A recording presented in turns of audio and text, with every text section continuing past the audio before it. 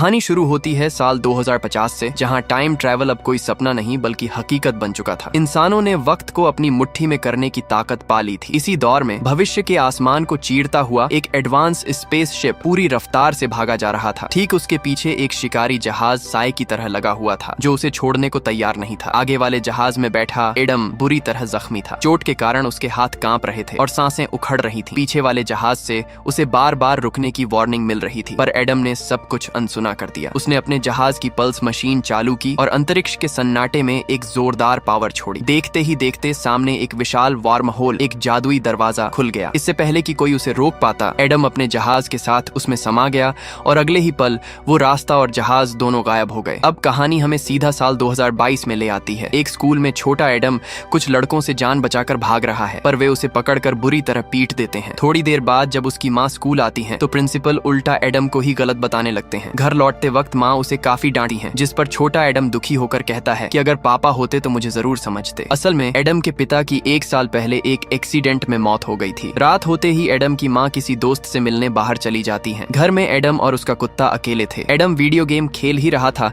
कि अचानक बिजली गुल हो गई। वह टॉर्च लेकर अपने कुत्ते के साथ घर के पीछे वाले हिस्से में जाता है, जहाँ घना जंगल और गहरा अंधेरा था। ऐसा लग रहा था मानो झाड़ियों के पीछे कोई छिपा है। कुत्ता भी किसी खतरे को भांपकर जोर जोर से भौंकने लगा है और अंधेरे की ओर भाग जाता है। एडम भी डरते डरते उसके पीछे गया। वहाँ का नजारा देख एडम के होश उड़ गए। ऊपर से जली हुई राख गिर रही थी और आसपास के सारे पेड़ कोयला बन चुके थे। ऐसा लग रहा था जैसे कोई उल्का पिंड गिरा हो, पर वहाँ कुछ भी नहीं था। तभी उसे किसी के कदमों की आहट सुनाई दी और वह घबराकर वापस घर की ओर भागा। वह गैराज के पास पहुंचकर चैन की सांस ले ही रहा था कि अंदर से कुछ गिरने की आवाज आई। हिम्मत जुटाकर जब एडम ने लाइट जलाई तो सामने एक जख्मी आदमी बैठा था। हकीकत में यह वही भविष्य वाला एडम था जो फिल्म की शुरुआत में गायब हुआ था। छोटा एडम उसे पहचान नहीं पाता और पूछता है, तुम कौन हो और मेरे पापा के गैराज में क्या कर रहे हो? बड़ा एडम कुछ सामान लेने के लिए अंदर चला जाता है। छोटे एडम के बार बार पूछने पर जब बड़ा एडम उसे उसके नाम से पुकारता है तो छोटा एडम सन्न रह जाता है। वह हैरान था कि इस अजनबी को उसका नाम, उसके कुत्ते का नाम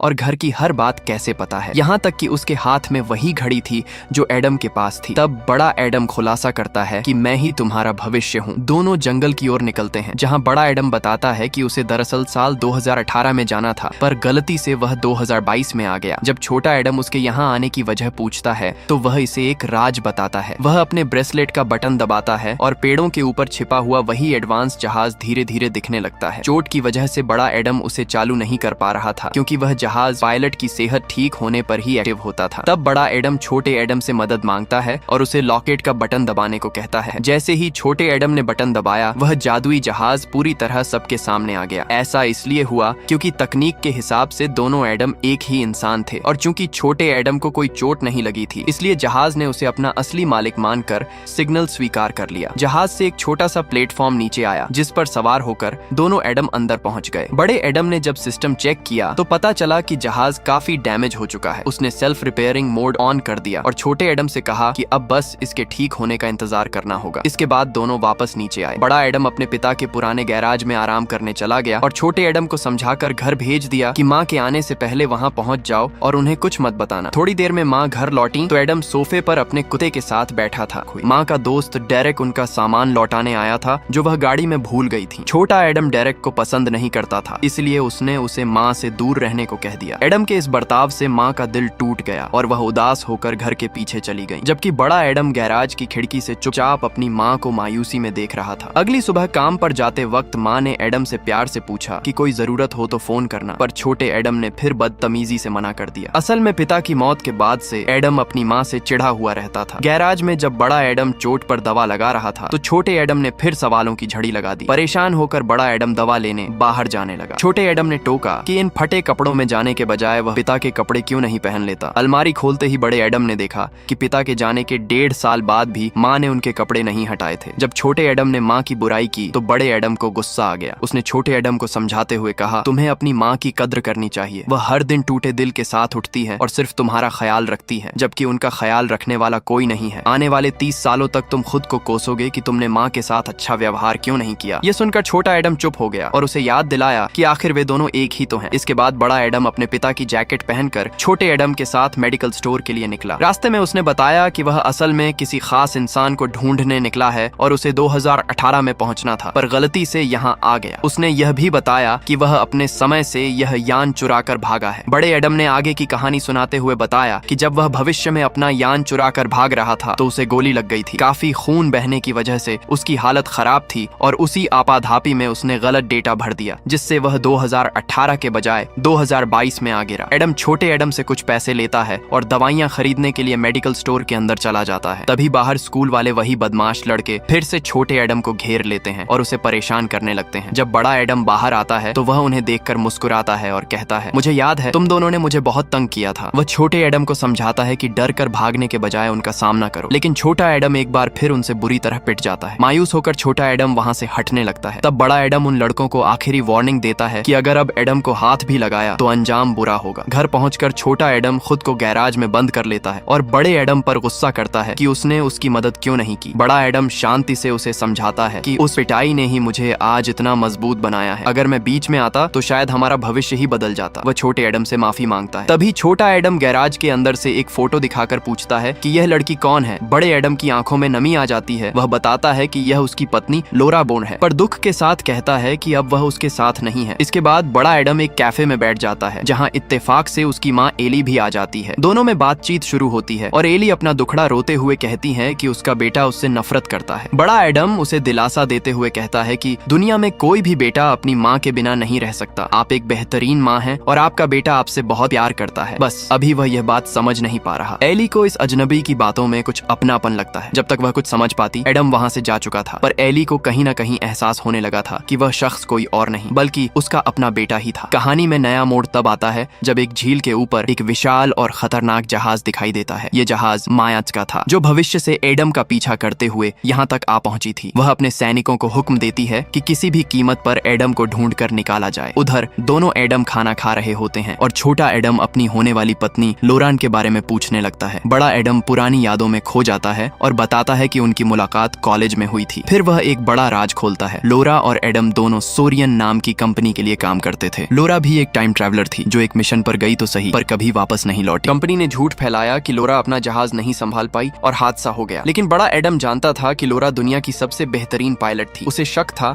कि दाल में कुछ काला है, इसीलिए वह 2018 में जाना चाहता था, क्योंकि लोरा आखिरी बार उसी समय में देखी गई थी। बातों बातों में पता चलता है कि सोरियन कंपनी की मालकिन माया मेई असल में एडम के पिता की पुरानी दोस्त थी। पिता ने ही टाइम ट्रैवल का आविष्कार किया था, जिसे माया ने चालाकी से अपने कब्जे में ले लिया। बड़ा एडम कहता है कि जैसे ही उसका जख्म ठीक होगा वह 2018 में जाकर माया का खेल खत्म कर देगा। तभी एडम के कुत्ते को घर के बाहर किसी खतरे का एहसास होता है। बड़ा एडम तुरंत समझ जाता है और छोटे एडम को बैग उठाने को कहता है। अगले ही पल माया के सैनिक हमला कर देते हैं और एडम को चारों तरफ से घेर लेते हैं। बड़ा एडम हार मानने के बजाय अपना हाईटेक हथियार जमीन पर मारता है, जिससे एक जोरदार झटका निकलता है और सारे दुश्मन दूर जा गिरते हैं। तभी आसमान में माया का विशाल जहाज प्रकट होता है। माया उसे वापस चलने को कहती है और सफाई देती है कि उसने लोरा को नहीं मारा, पर एडम उसकी बातों पर यकीन नहीं करता। जब सैनिक एडम को जबरदस्ती ले जाने लगते हैं तभी जंगल की तरफ से माया के जहाज पर ताबड़तोड़ हमला होता है। सब हैरान रह जाते हैं। सामने लोरा खड़ी थी, वह सही सलामत थी। लोरा और दोनों एडम मिलकर सैनिकों का सफाया कर देते हैं और एक कार में बैठकर वहां से भाग निकलते हैं। छोटा एडम कहता है कि अब कोई पीछे नहीं है, तो लोरा ऊपर की ओर इशारा करती है। माया का जहाज अभी भी उनके सिर पर मंडरा रहा था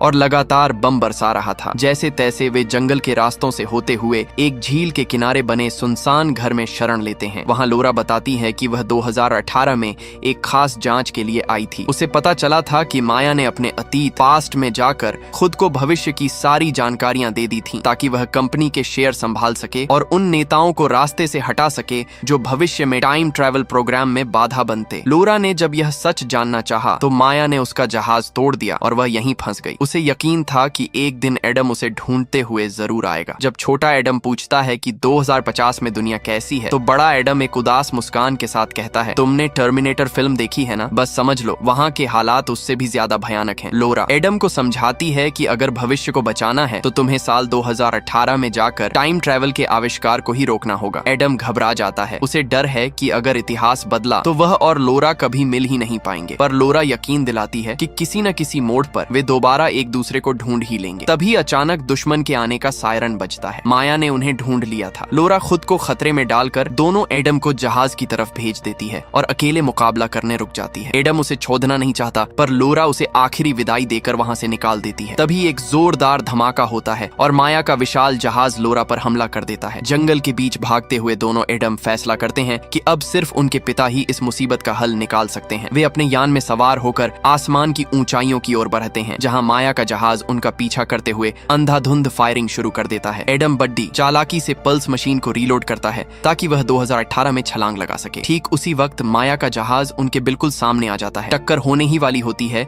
कि वार्महोल खुलता है और एडम का जहाज सुरक्षित तरीके से उसमें समा जाता है। अब सीन बदलता है और हम पहुंचते हैं साल 2018 में। एडम के पिता रीड यूनिवर्सिटी में लेक्चर दे रहे थे। अपने पिता को जिंदा देखकर दोनों एडम भावुक हो जाते हैं। लेक्चर खत्म होते ही रीड की नजर भिड्ड में बैठे एडम पर पड़ जाती है और वे तुरंत पहचान जाते हैं कि यह उनका बेटा ही है। छोटा एडम दौड़ धचकर पिता के गले लग जाता है। रीड हैरान होकर पूछते हैं कि क्या वाकई टाइम ट्रैवल मुमकिन हो गया है, पर साथ ही वे चेतावनी भी देते हैं कि दो अलग अलग समय के लोगों का यहाँ होना टाइमलाइन के लिए बहुत बड़ा खतरा है। वे उन्हें तुरंत वापस जाने को कहते हैं कि आपकी पार्टनर माया ने तो पहले ही वक्त के सारे कायदे तोड़ दिए हैं। अब कहानी में एक खुलासा होता है। रीड यह जानकर दंग रह जाते हैं कि टाइम ट्रैवल का असली आविष्कार उन्होंने ही किया था। एडम अपने पिता को समझाता है, डैड आपको यह तकनीक कभी नहीं बनानी चाहिए थी। लेकिन रीड एक भारी मन के साथ जवाब देते हैं, अब बहुत देर हो चुकी है बेटा, मैं इस मशीन का पूरा नक्शा ब्लूप्रिंट माया को पहले ही सौंप चुका हूँ। यह सुनकर एडम टूट जाता है और मायूसी में वहाँ से बाहर निकल जाता है। रीड भी छोटे एडम को विदा कर अपने घर की तरफ बढ़ने लगते हैं। तभी छोटा एडम उन्हें रोक लेता है। उसकी आवाज कांप रही थी। वह अपने पिता को उस कार एक्सीडेंट के बारे में बताना चाहता था जिसमें उनकी जान जाने वाली थी, पर रीड उसे बीच में ही टोक देते हैं और कहते हैं, नहीं बेटा, मुझे भविष्य की कोई भी बात मत बताओ। अगर मैंने कुछ जान लिया तो पूरी दुनिया का संतुलन बिगड़ सकता है। इतना कहकर वे वहाँ से चले जाते हैं और छोटा एडम अपने पिता को बचाने का आखिरी मौका भी खो देता है। दूसरी तरफ सोरियन कंपनी की ऊंची बिल्डिंग में साल 2018 वाली युवा माया फोन पर किसी से बहस कर रही थी। तभी अचानक भविष्य 2050 से आई माया वहाँ पहुँच जाती है। युवा माया उस हुए कहती है, तुमने मुझसे जिन कंपनियों के शेयर खरीदवाए वे पर्यावरण के लिए जहर हैं। तुम आखिर चाहती क्या हो? भविष्य की माया भी बेरहमी से जवाब देती है, वो एडम जो आज सिर्फ एक बच्चा है, आगे चलकर तुम्हारे लिए बड़ी मुसीबत बनेगा। ये टाइम ट्रैवल हमारा है और हम इसे किसी सरकार के हाथ में नहीं जाने देंगे। मैंने वक्त की चाल को अपनी मर्जी से बदल दिया है और अब आने वाले समय पर